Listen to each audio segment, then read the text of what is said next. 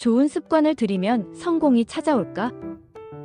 성공하려면 좋은 습관을 들이라고 주장하는 사람이 있습니다. 세븐 헤비츠의 저자인 스티븐 코비나 습관의 힘을 쓴 찰스 두히그 같은 사람이 대표적 인물입니다. 이들은 우리가 좋은 습관을 들이기만 하면 누구나 성공에 이를 수 있다고 주장합니다. 가령 일찍 일어나는 습관, 공부하는 습관, 좋은 작업 습관 등을 갖추기만 하면 그 습관이 인생에서 좋은 결과를 가져다 준다는 논리입니다. 이는 달리 말하면 나쁜 습관을 들이면 인생을 망칠 수도 있다는 뜻이기도 합니다.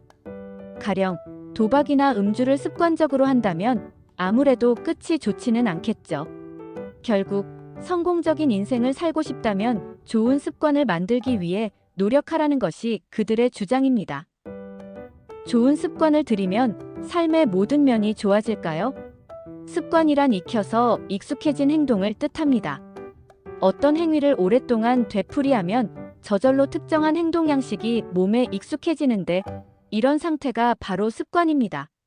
가령 매일 아침 5시에 알람을 맞춰놓고 일어나기를 반복하면 나중에는 알람 소리를 듣지 않고도 새벽 5시가 되면 저절로 눈이 떠지게 됩니다. 이는 습관이 몸에 배었기 때문입니다. 이처럼 어떤 행위가 습관이 되면 좋은 면이 있습니다.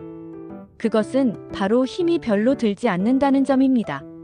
새벽에 일찍 일어나는 일도 처음에는 무척 고통스럽지만 습관이 되고 나면 그다지 힘들지 않습니다. 이 점이 습관의 가장 긍정적인 점에 해당합니다. 사람은 누구나 자기만의 습관을 하나쯤은 가지고 있습니다. 어떤 사람은 아침에 눈 뜨자마자 담배부터 찾는가 하면 어떤 이는 습관적으로 스마트폰을 집어듭니다. 이러한 행동은 무엇인가를 생각하고 난 다음에 행동에 옮긴 것이 아니라 그냥 저절로 이끌려서 한 것입니다. 의식이 아니라 무의식적 습관이 이끈 행동입니다. 이처럼 어떤 행위가 습관의 단계에 도달하면 자기도 의식하지 못하는 사이에 사전에 입력된 대로 한치 오차도 없이 반복적으로 행동하게 됩니다. 마치 사전에 프로그래밍된 로봇처럼 말이죠. 처음 질문으로 다시 돌아가 보죠. 삶에서 습관을 들인다는 것은 모든 면에서 좋은 일일까요?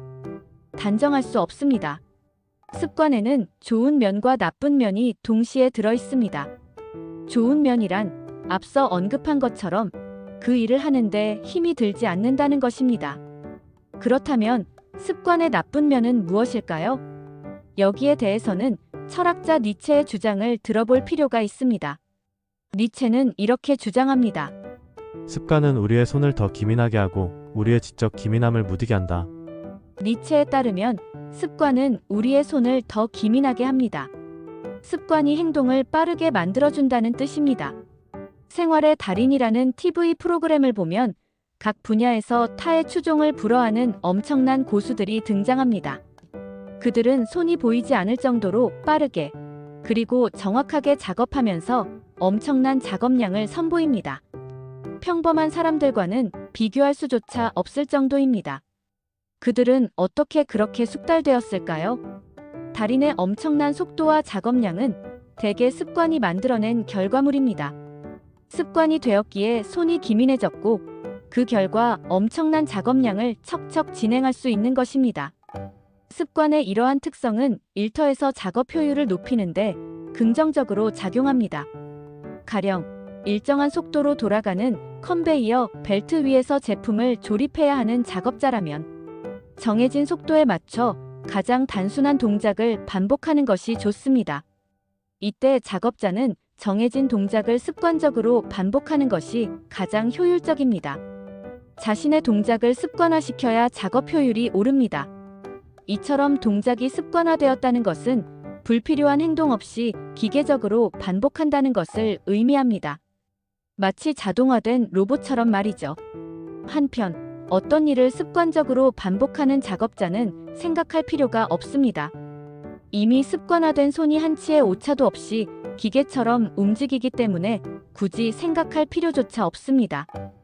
어쩌면 빠르게 돌아가는 작업 패턴을 반복하느라 생각할 여유가 없는지도 모르겠습니다.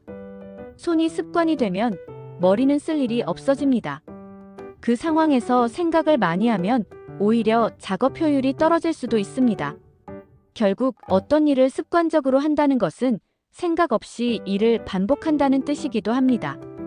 이런 의미에서 니체는 습관이 우리의 지적 기민함을 더 무디게 만든다라고 했습니다.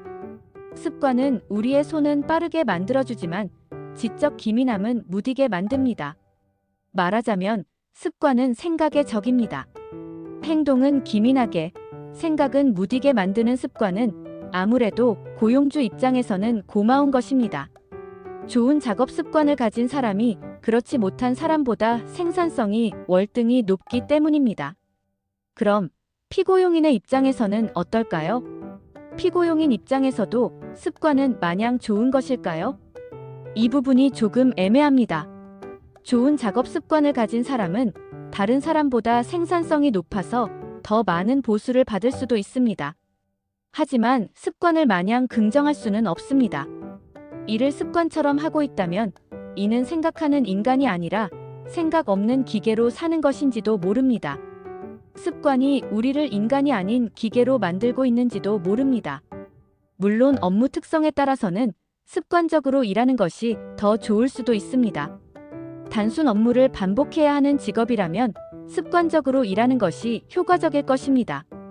하지만 시시각각 변화하는 시장 환경에 능동적으로 대응해야 하거나 경쟁 상황에서 항상 새로운 것을 창조해야 하는 업무라면 습관적으로 임해서는 곤란합니다.